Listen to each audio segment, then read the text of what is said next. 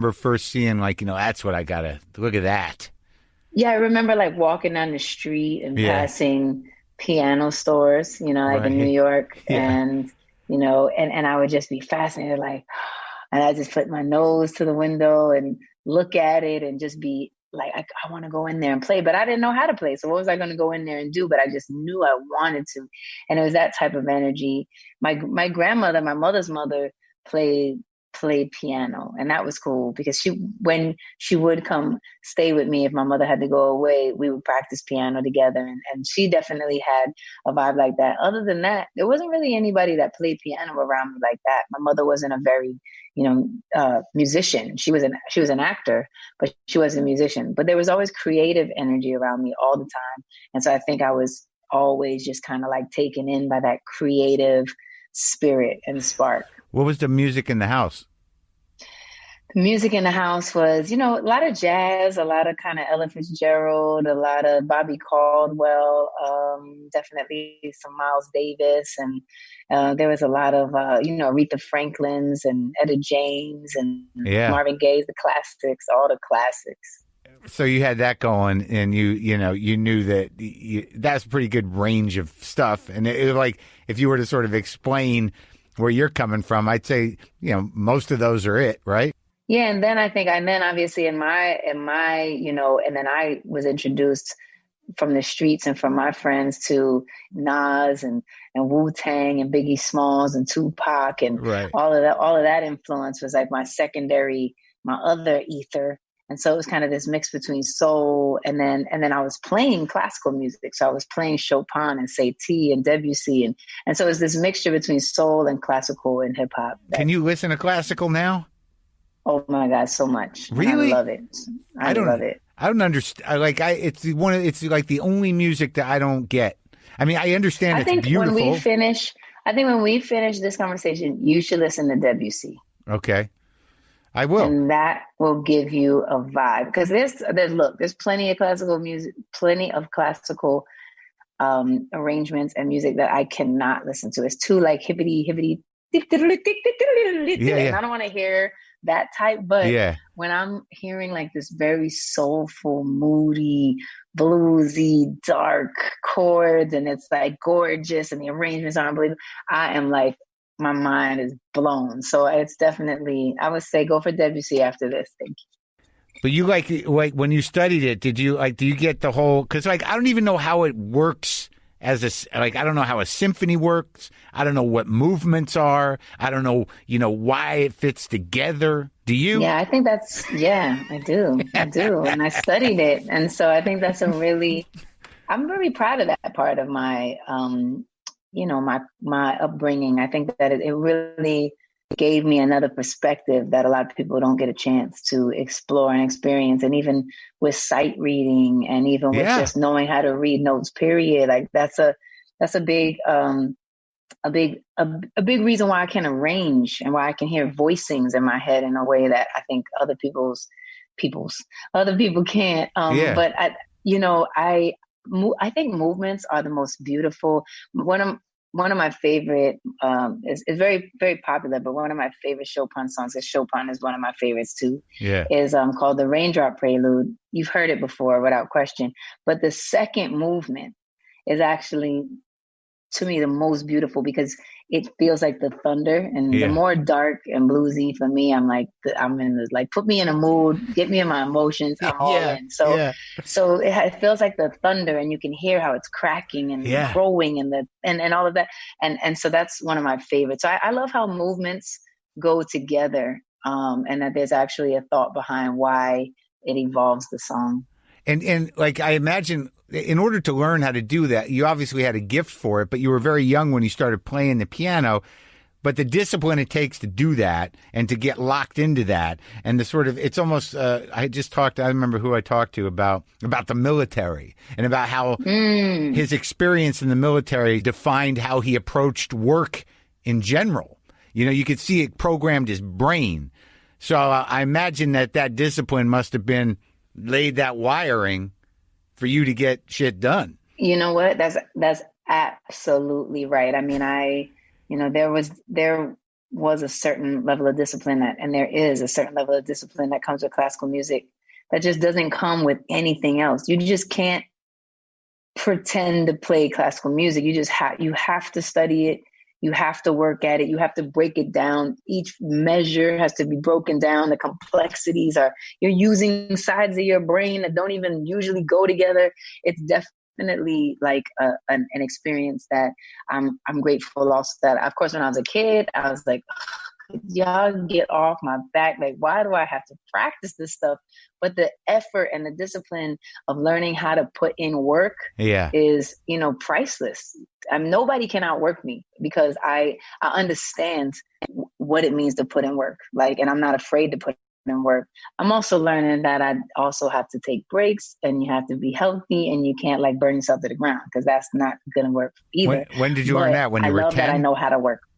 No, I didn't learn that for a long, long time. Probably when I had my first kid, then I was like, oh, somebody's more important than me. So I have to, pay attention. Well, that's nice that you recognize that as a mother. Yeah. Some mothers don't.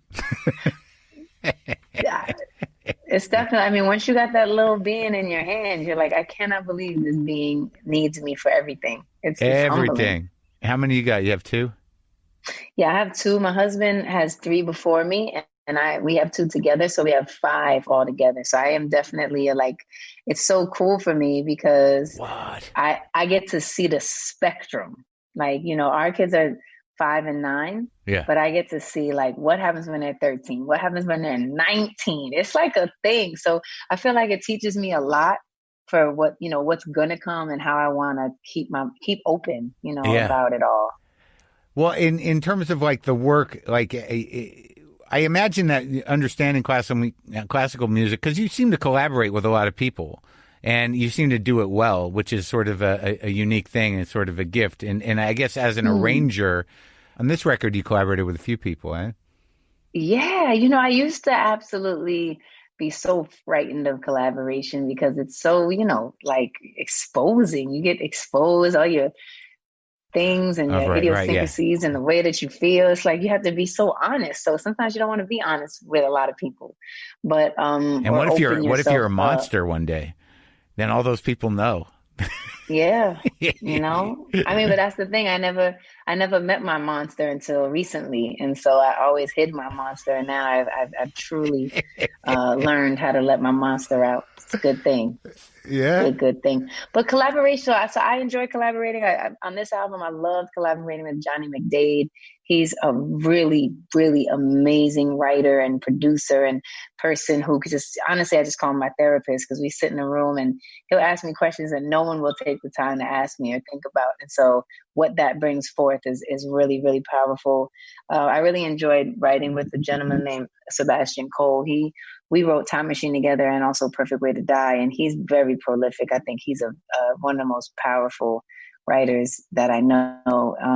I also enjoyed working with The Dream. He's somebody that I hadn't worked with before, but I've always known of him. And when we got together, he has like a certain magic to him and like just energy to him that's invigorating. So it's cool because nobody's going to come up with what I'm going to come up with, and I'm never going to come up with what they come up with. So when we put it together, it's like kind of fascinating. Yeah. And they're ultimately working to honor your voice and your vision.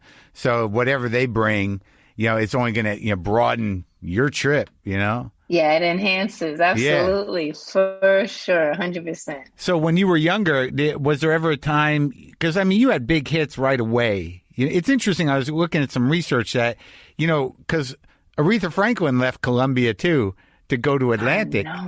Right? For a similar reason. That's the reason why I didn't feel so bad. That's why you didn't feel so bad? Yeah, once I found out that they messed up with Aretha, like Columbia definitely, just didn't know what they had in me. And I can't blame them because I'm an anomaly and I'm definitely something that can't be defined. And so, business people don't like things that can't be defined. No, they want to put you in a box. Antithesis of commercial. Right. So that I don't blame them. But once I found out that they didn't know what they had in Aretha Franklin too, I was like, oh, they just stupid. Yeah. And she did like 10 records with them. Crazy how long she was there. It's crazy. And then Jerry Wexler took her over at Atlantic, and that was it. Man, and that was it. They found their match, and that's all it's about, finding your match, finding where you belong. Yeah, I just played Jerry Wexler in a movie with Jennifer Hudson in that Aretha. Oh my gosh! Yeah, so I was with Jennifer. The new one. Which movie? It hasn't come out yet. Aretha Franklin movie, Respect. And man, Jennifer plays Aretha. That's so good. That's going to be so good. You know what? I can see that. Yeah. I can totally see that. You can completely be that. be a cranky Jew? Yeah, I can.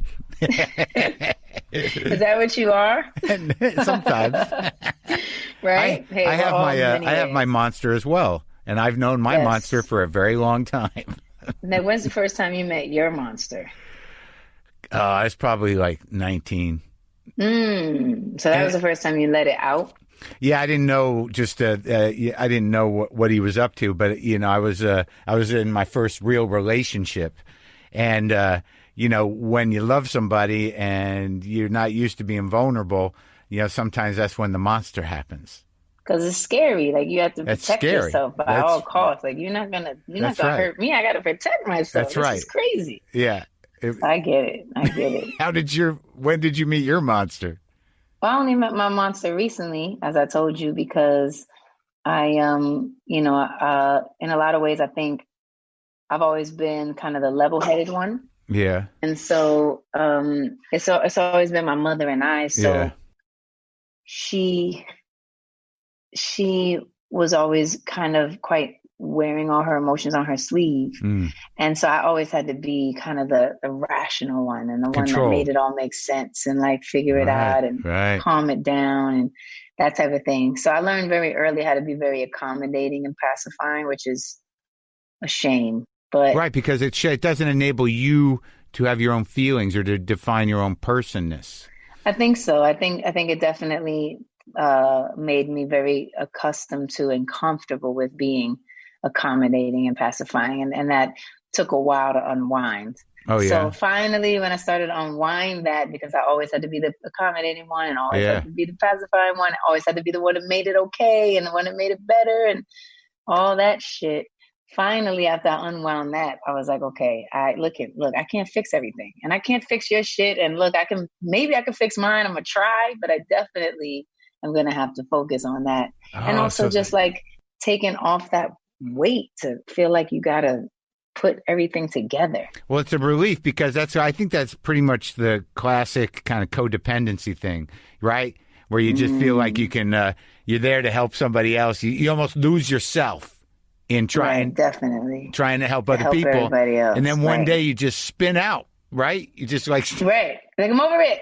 Yeah, I'm not doing this anymore. But it's good because you got to get to that place.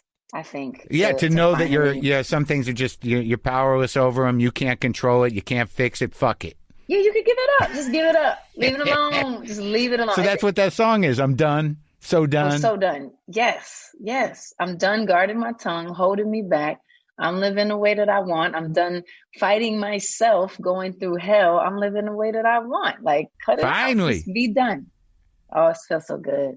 Just like that song feels good. It feels good. Well, but like outside of relationships, I imagine like from the beginning, once you started doing that first record, once you moved over with, who are you with Clive Davis, right? And you started making those hits and putting all that work in, that you must have been like just submerged with that personality just in the work. And you're just churning out the music all the time. Did you have a life when you were younger? Oh, no, I didn't know. I mean, everything happened for me very young. Right. So, which is amazing and a beautiful blessing. Right. But it's also kind of crazy to have to manage everything and figure everything out and keep it all kind of spinning, from about 18 until today. So I definitely didn't really have a traditional teenage experience. I didn't have a traditional young adult experience. And a lot of the times, it's interesting for me when I think back on that. But I feel very normal and I'm really good. I think I'm more normal than people that probably had those traditional experiences. And maybe in some way I was able to, thanks to my mother, I think, because she's very much a realist. And she always kept me very grounded. And also I think thanks to New York City. I mean, New York City, you know, that's solid. You know what I mean? Like, you know, New York City is almost like when you grow up there